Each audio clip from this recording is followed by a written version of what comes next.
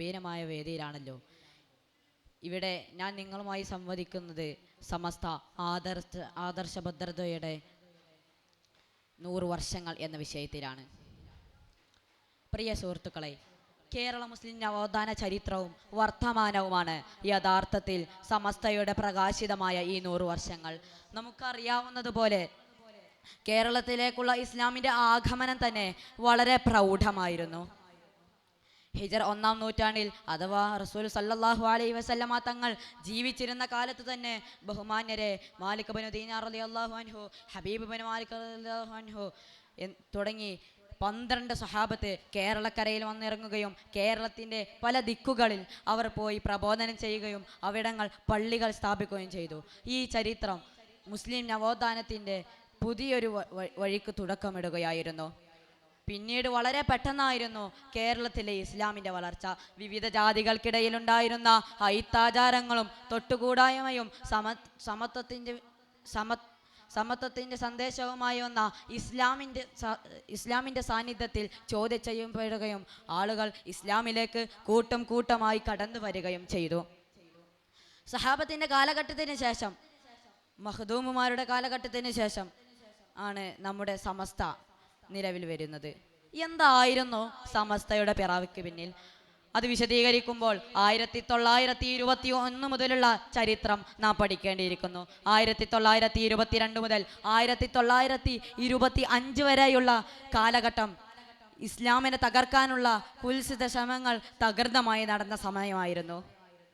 എന്നാൽ 1926 കോഴിക്കോട് ടൗൺ ഹാളിൽ വെച്ച് വരക്കൽ മുല്ലക്കോയ തങ്ങളും പാങ്ങിൽ അഹമ്മദ് കുട്ടി മുസ്ലിയാർ എന്നീ മഹത്തുക്കളുടെ നേതൃത്വത്തിൽ ഒരു സമ്മേളനം വിളിച്ചുകൂട്ടി. അങ്ങനെ 1929 സമസ്ത രൂപീകരിക്കപ്പെട്ടു. പിന്നീട് നടന്ന ചരിത്രമാണ് സമസ്തയുടെ മുഖപത്രമായി അൽ ബയാൻ എന്ന മാസിക പ്രസിദ്ധീകരിക്കുകയുണ്ടായി. പിന്നീട് പല പ്രസിദ്ധമായ സമ്മേളനങ്ങളും വിളിച്ചുകൂടി ജനങ്ങളെ സുന്നത്ത് ജമാഅത്തിൻ്റെ വഴിയിൽ ഒരുമിച്ച് കൂട്ടി. പിന്നീട് 1954 SYS രൂപീകരിക്കപ്പെട്ടു. 1973 SSF-ഉം മതഭൗതിക കലാലയങ്ങളും സ്ഥാപിതമായി. 1985 ആ വരുന്ന നൂറ്റാണ്ട് സമസ്തയെ തകർക്കാനുള്ള പല ശ്രമങ്ങളും നടന്നിരുന്നു. പല രാഷ്ട്രീയ പാർട്ടികളുടെ നേതൃത്വമായിരുന്നു അത്. എന്നാൽ ആ വർഷം തന്നെ സമസ്തയുടെ 60-ാം വാർഷികം നടക്കുകയുണ്ടായി. ആ 60-ാം വാർഷികത്തിൽ താജുൽ ഉലമ MA ഉസ്താദ്, ചിത്താരി ഹംസ ഉസ്താദ്, AP ഉസ്താദ് തുടങ്ങി പല ഉസ്താദുമാരുടെ നേതൃത്വത്തിൽ ജനങ്ങൾക്ക് വലിയൊരു ഉണർവ് നൽകുകയുണ്ടായി.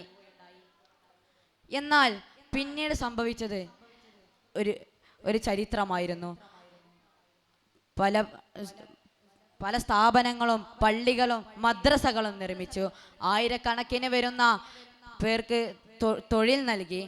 ലക്ഷക്കണക്കിന് അച്ചടക്കമുള്ള അനുയായികളെ സൃഷ്ടിച്ചു. മതഭൗതിക വിദ്യാഭ്യാസത്തിൽ സംഘകുടുംബം വിപ്ലവം സൃഷ്ടിച്ചു. ഈ ആദർശ വിശുദ്ധിയുടെ 100 വർഷങ്ങൾ യഥാർത്ഥത്തിൽ തങ്കലിപികളാൽ രേഖപ്പെടുത്തേണ്ട 100 വർഷങ്ങളാണ്. ആ 100 വർഷങ്ങളുടെ ആഘോഷത്തിൻ്റെ പടിവാതിലിൽ ഇന്ന് എത്തി നിൽക്കുകയാണ് നമ്മളെല്ലാവരും. നമുക്കും ആ 100 വർഷങ്ങളുടെ ആഘോഷത്തിൽ പങ്കുചേരാം എന്ന് ദുആ ചെയ്തുകൊണ്ട് ഞാൻ എൻ്റെ വാക്കുകൾ ഉപസംഹരിക്കുന്നു. വാഖിറു ദഅവാന അൽഹംദുലില്ലാഹി റബ്ബിൽ ആലമീൻ. അസ്സലാമു അലൈക്കും വറഹ്മത്തുള്ളാഹി തആല. ഇന്നിൻ്റെ ഇതിവൃത്തങ്ങളെ സാഹിത്യ സമ്പുഷ്ടമാക്കി വൈവിധ്യ ഭാഷകളിൽ